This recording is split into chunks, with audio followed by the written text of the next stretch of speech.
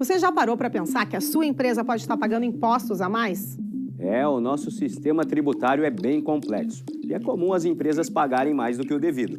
Saiba que é possível recuperar os valores dos últimos 5 anos e reforçar o seu caixa. A Fortus Tax é especialista no assunto e já ajudou muitas empresas nos seus 18 anos de atuação. E o mais importante, você só paga pelo serviço depois que o dinheiro estiver na sua conta. Fortus Tax. Pagar o justo é o nosso forte.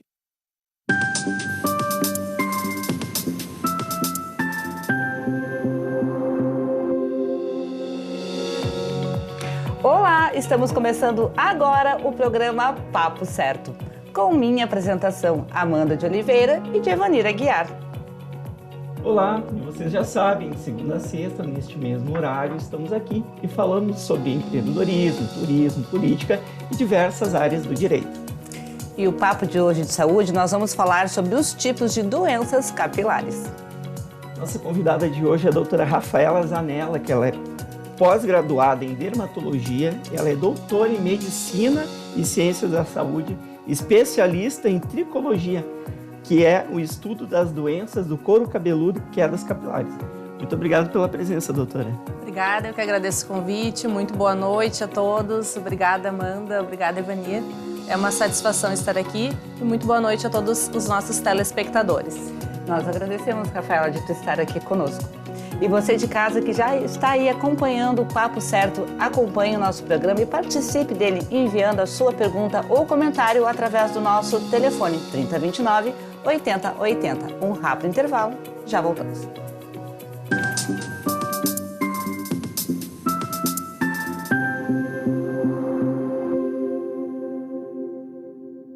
Tá difícil encontrar o profissional certo para a sua empresa?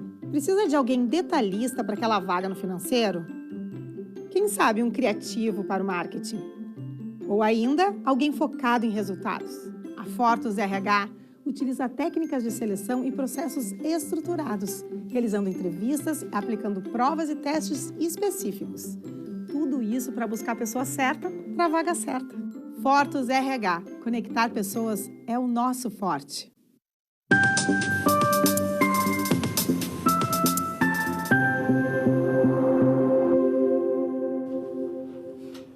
Estamos de volta e eu quero te lembrar que o Papo Certo também é transmitido pelo YouTube e pelo Facebook. E através dessas duas plataformas, tu pode assistir e também compartilhar.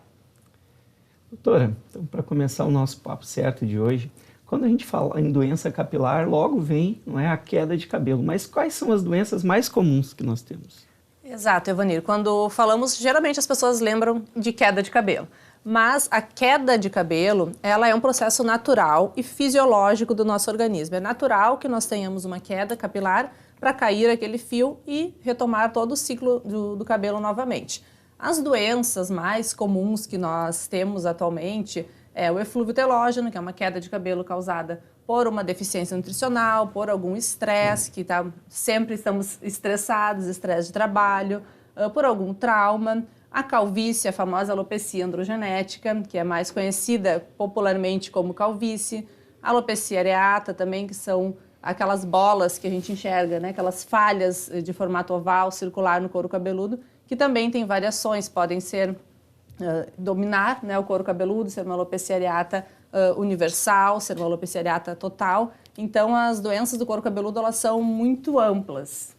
Em que momento que a pessoa consegue entender que algo está errado? É por uma grande queda? Que momento isso acontece, doutora? Exato. A gente tem, por definição, de 100 a 150 fios do cabelo que a gente pode perder naturalmente todos os dias.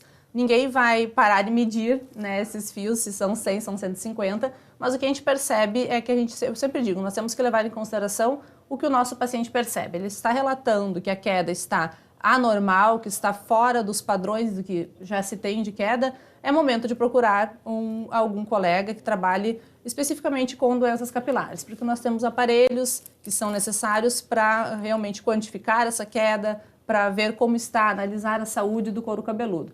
E também quando a gente percebe falhas no couro cabeludo, porque muitas vezes a gente acaba percebendo não a queda no dia a dia, mas sim que de repente apareceu uma falha no couro cabeludo. E aí também é sinal de uma outra doença específica. Muito bem. E a dor no couro cabeludo é um sinal de alguma doença? Isso, a dor é também chamada de tricodínia, é uma dor que nós temos, eu costumo fazer uma analogia, nós podemos pensar assim, quem tem cabelo comprido, talvez a Amanda já tenha sentido, quando nós prendemos o cabelo por muitas horas seguidas e soltamos ele, depois a gente percebe que fica aquela dorzinha, né, Amanda, no couro cabeludo, assim.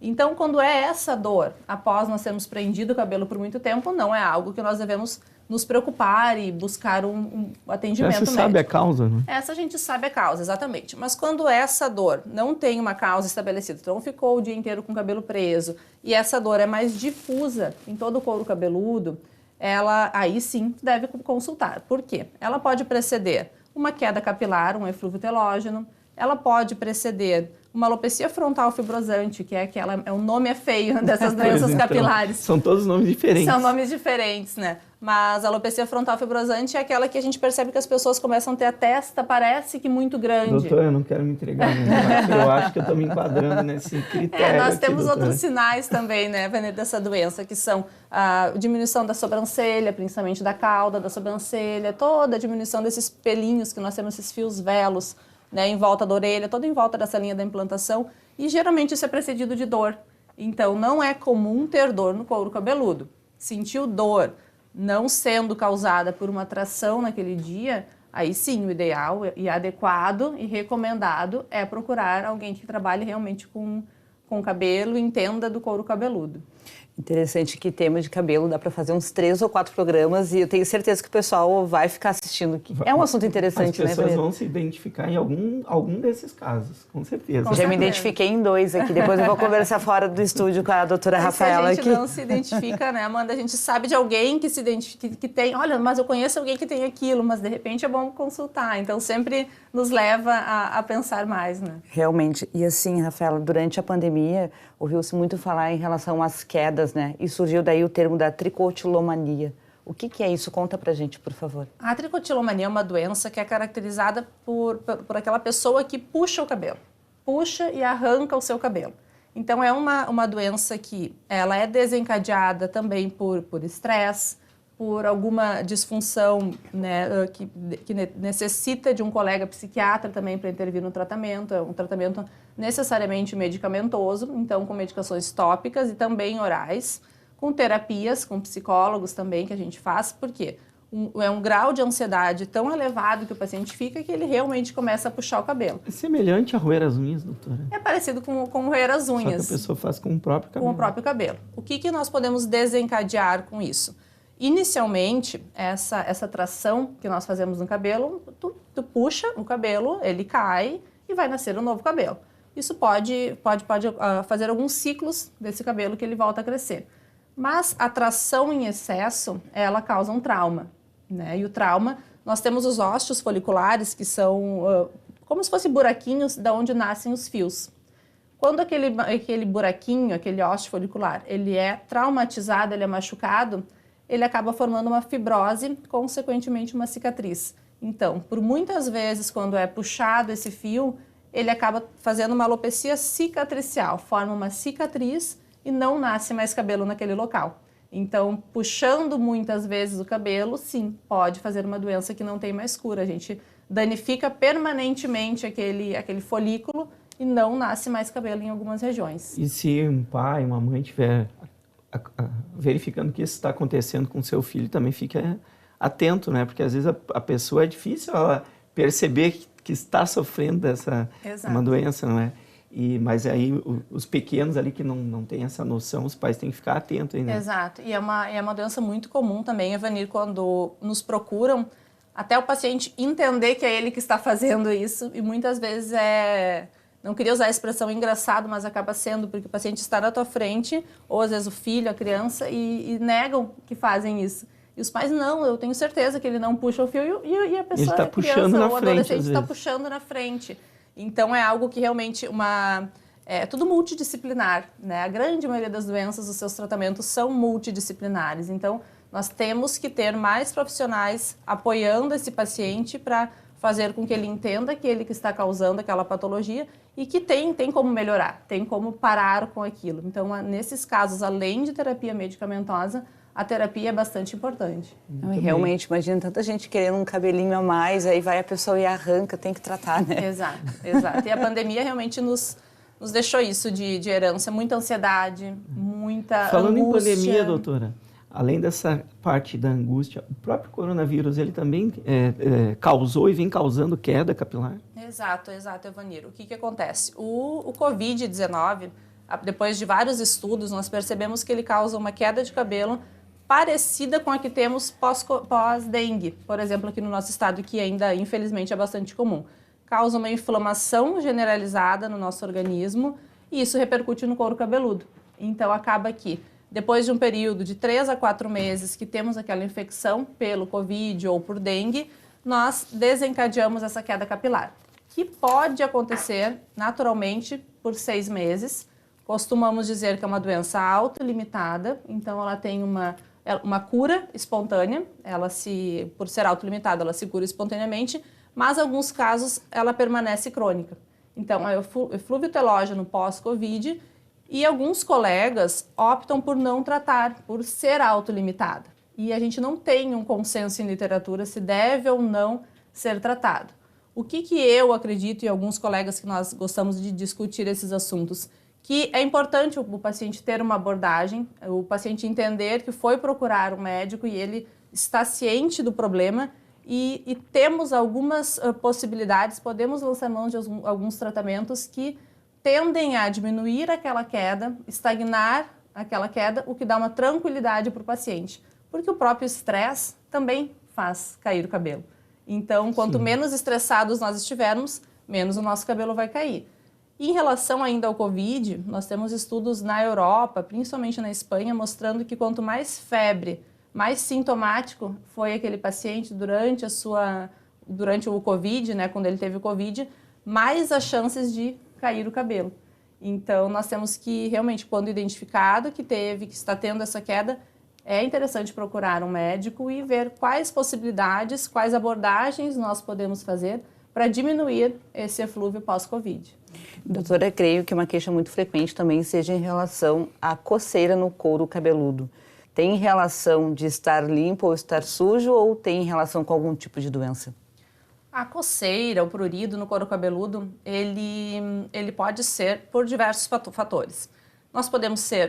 Pode acontecer por falta de higiene, pode acontecer por infestações de parasitas ou ácaros, a gente está falando realmente na pediculose, no piolho, que não é incomum e independe de classe social, porque as crianças é muito comum estarem de cabelo solto nas escolas, tem o piolho, vem para casa, o piolho acaba se espalhando. Então é comum também.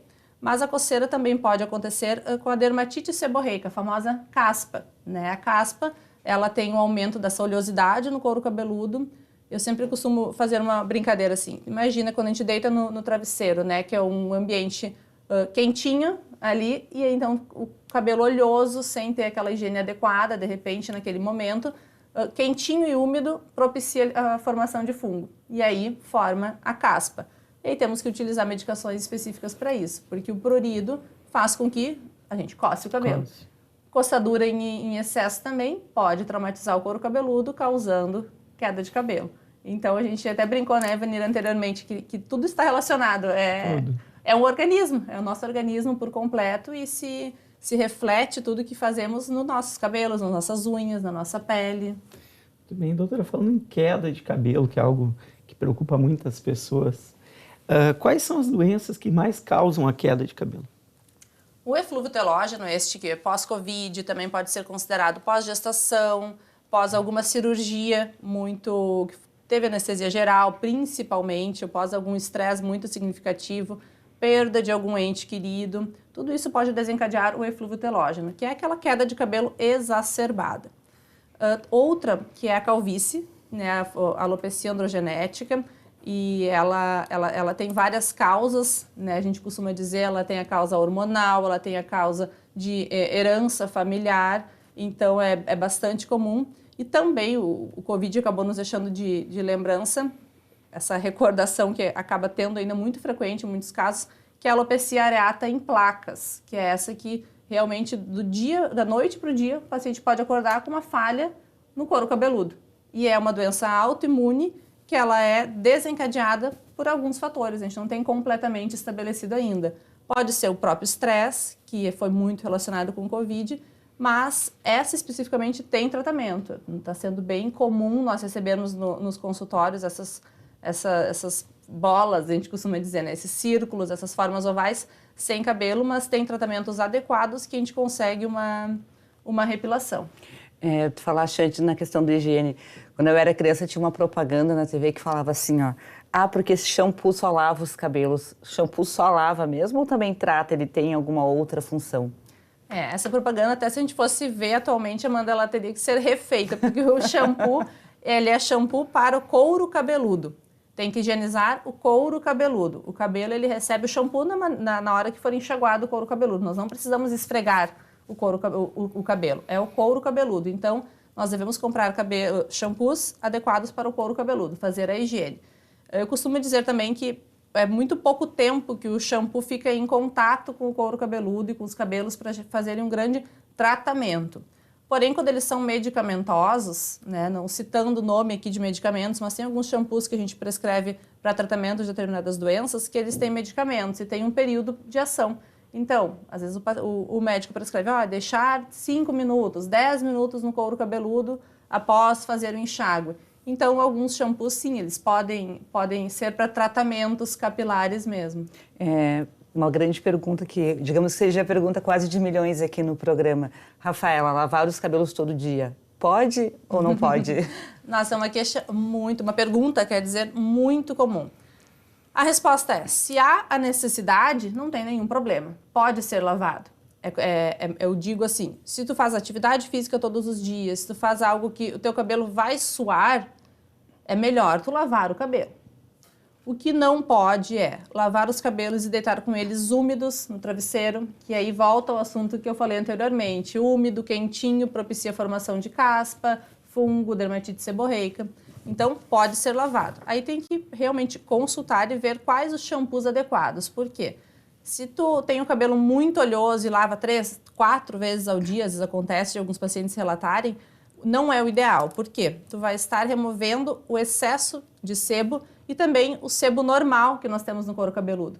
Então, o nosso organismo, ele é muito inteligente. Ele acaba fazendo um efeito rebote e produz mais sebo ainda, porque realmente está retirando todo o sebo em excesso que tem ali e até o sebo essencial. Então, o ideal é lavar uma vez ao dia os cabelos, o couro cabeludo, e se necessário, se faz uma atividade ou às vezes nada, né, que a gente entra em contato com o cloro, enfim, aí sim, aí pode lavar mais vezes. Perfeito, então. Nós vamos fazer um rápido intervalo e já voltamos mais com a doutora Rafaela Zanella. Fiquem aí com a gente.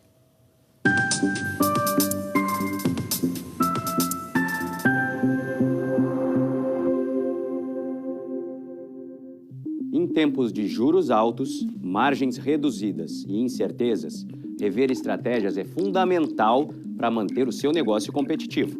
Esse cenário exige planejamento e organização financeira. Nessas horas, qualquer ajuda é bem-vinda, mas a ajuda de um especialista é necessária. A Fortus Consulting conhece na prática e tem as soluções adequadas para cada situação. Fortus Consulting. Melhorar os seus resultados é o nosso forte.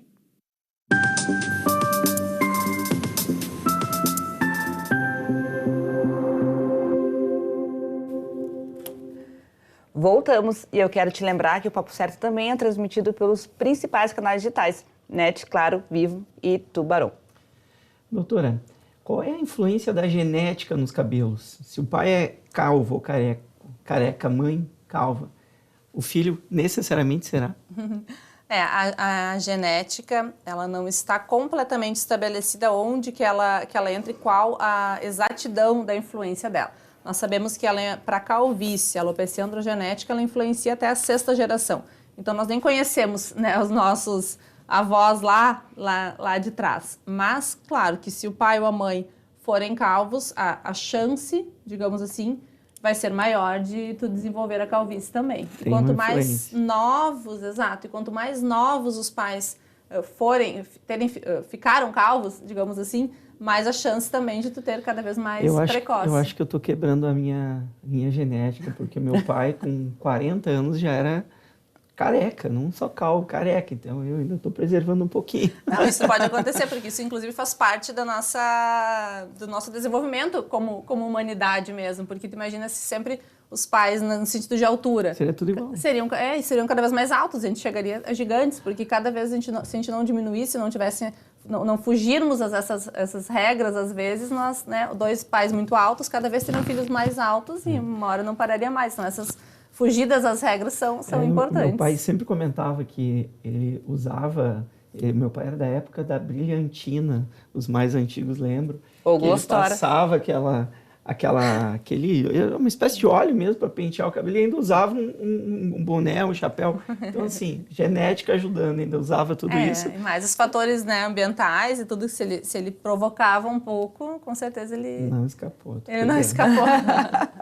Doutora, falando agora sobre o crescimento do cabelo. Tem um tempo certo dele ser cortado? Cortar seguidamente faz com que ele fique mais forte? Aquilo que falavam também antigamente sobre os cortes em relação à lua, isso tudo é mito ou isso tudo é verdade? Olha, o que a gente diz, Amanda, é que é adequado cortar os cabelos a cada 3 ou 4 meses. Mas, assim, pra gente pensar em relação a pontas duplas e realmente a sensação que nós temos é que fortifica mais o cabelo. Mas o fio fica melhor, porque ele perde aquele aspecto popularmente dito, espigado na ponta. Porém, não influencia em nada o crescimento dos fios. Porque realmente a ponta dos fios não influencia na raiz, digamos assim, do cabelo. Então isso não interfere. Mas sim, para o cabelo ficar mais bonito, dar aquele aspecto de mais cheio, de 3 a 4 meses cortando é adequado. Em relação à lua, tem alguns estudos já mostrando que sim, sofre essa influência. Eu confesso que eu nunca me dediquei a pesquisar mais sobre isso, mas é muito interessante, realmente tem pessoas muito sérias estudando isso. Eu acho que vale a pena a gente conversar sempre com o cabeleireiro ali, qual é a lua melhor, porque o cabeleireiro sabe disso, e são profissionais ótimos que com certeza vão auxiliar bastante no momento do corte. Eu estou aqui hoje, estou me entregando, mas eu também sou das antigas e tinha lá uma propaganda em rádio que era calendário lunar, doutora. Era do Pilão Marcos. Usava esse calendário lunar. E também sobre cortar, eu corto a cada 15 dias. Se isso engrossasse muito, eu teria aqui um cabelo como um porco-espinho, porque a cada 15 dias eu corto meu cabelo. Exato, tem algumas lendas populares, né, que dizem, quando enxerga o fio branco, puxa que vai nascer outros 3. Que maravilha seria, né? Não, porque... nascer branco. E se nascer branco ou nascer preto, independente, se nascer, que maravilha, porque a gente vai ser todo mundo muito cabeludo, né? Mas não acontece, então não puxe seus fios brancos. Doutora, em relação à química capilar, ela prejudica os fios? A química, ela prejudica sim. Tudo que nós fizermos, inclusive até na questão de secar o cabelo todos os dias, que eu ia falar anteriormente, acabei esquecendo. Pode lavar, então, o cabelo todos os dias, se for necessário, e secar. Quando que a gente pode? Ele faz um estrago térmico no cabelo, se a gente seca com o secador muito próximo. Então, menos de 15 centímetros de distância, estamos danificando os fios de cabelo. Quer secar todos os dias? Precisa, principalmente no nosso inverno gaúcho, que é difícil a gente ficar com o cabelo molhado, seque, mas tente respeitar essa distância de pelo menos 15 centímetros do couro cabeludo. Muito em cima queimam. Muito em cima queimam. Uma temperatura muito alta danifica a estrutura do fio. Em relação às químicas, evitar químicas muito fortes, aquelas que contêm amônia e outros ingredientes que bem os cabeleireiros sabem quais são as mais indicadas e menos indicadas. Preferência por tonalizantes, a gente sabe que no início, quando os fios brancos começam a aparecer, os tonalizantes eles são viáveis, eles cobrem bem, mas a partir de um certo ponto a gente sabe que as tinturas se fazem necessárias, né? Por isso é importante sempre nós termos bons profissionais junto conosco para nos auxiliar nessa parte de escolher a melhor química. E a química não tem o poder de fazer queda capilar, cair o cabelo. A química pode estragar a textura do fio, a qualidade, mas não fazer cair o cabelo. Exceto se a química for colocada muito próxima à raiz e desenvolver uma dermatite, uma alergia, aí sim pode promover uma queda, mas não é o que nós vemos normalmente. Em relação às colorações, sempre que vai se fazer um retoque de raiz é passado junto ao couro cabeludo mesmo, né? E é tão prejudicial que tu vai no salão, faz a coloração, aí passa ainda 3, 4 dias com aquele resquício na cabeça. deve deixar todos os poros assim super obstruídos, né? É algo que é difícil nós lutarmos contra, porque principalmente as mulheres, elas querem pintar a raiz e quanto mais próximo do couro cabeludo possível. Então, tentar fazer depois da tintura a higiene adequada do couro cabeludo é importante para realmente tirar aqueles resquícios de produto do... Mas acaba ficando ainda, né? Acaba ficando. E também nós evitamos usar produtos muito fortes para não tirar o efeito, o tempo da tintura, né? Então, eu sempre friso muito, assim, os cabeleireiros são grandes aliados nossos, os cabeleireiros, os terapeutas capilares, é uma equipe toda multidisciplinar para a saúde, para a boa saúde do cabelo. Eu tenho percebido muitas mulheres que aderiram ao natural. A minha mãe é um exemplo. Minha mãe disse, não pinto mais. E ela não pintou, assumiu o branco ali. E muitas mulheres eu tenho percebido, conhecidas, assim, jovens, mulheres jovens, faixa dos 40, 50 anos, que realmente aderiram ao grisalho.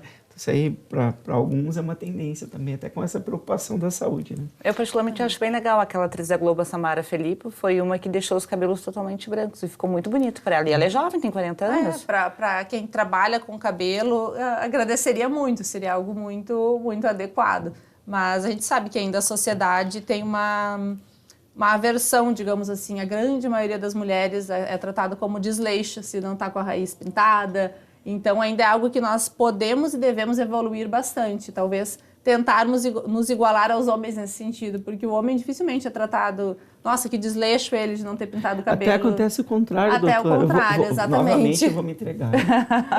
Há uns anos atrás, uns 10 anos atrás, eu começou a aparecer aqui uns grisalhos, eu resolvi usar um bem famoso aí, que é para tonificação e coloração. Eu passei aquele shampoo, porque sumiu ali em uma semana. Nossa, foi um comentário geral, vou pintar no cabelo, o cajuzinho lá no cabelo. Meu Deus, nunca mais, né? Assumi de vez o grisalho. Os homens acabam tendo essa liberdade maior da sociedade, eu costumo dizer assim, para fazerem o que eles querem com o cabelo deles. E nós, muitas mulheres, eu conheço diversas, que acabam pintando justamente para evitar esse julgamento da sociedade. Tudo seria resolvido se inventassem a pílula anti-cabelo branco. Tomava e acabava. Seria uma maravilha. Mas também ia acabar com grande parte da indústria cosmética. É verdade. Olha, chegamos ao final do programa, gente. Doutora Rafaela, muito obrigada. Tu vai ter que voltar, porque ficou um monte de perguntas que a gente queria fazer para ti. Com prazer, Amanda, com prazer. Eu agradeço vocês de casa que nos assistiram e lembro que lá no YouTube também tem todos os nossos programas. Para quem não assistiu, quiser compartilhar, também pode nos seguir lá nas outras plataformas, Instagram e TikTok. Então, amanhã, às 20h30, mais um programa Papo Certo inédito para vocês. Até lá!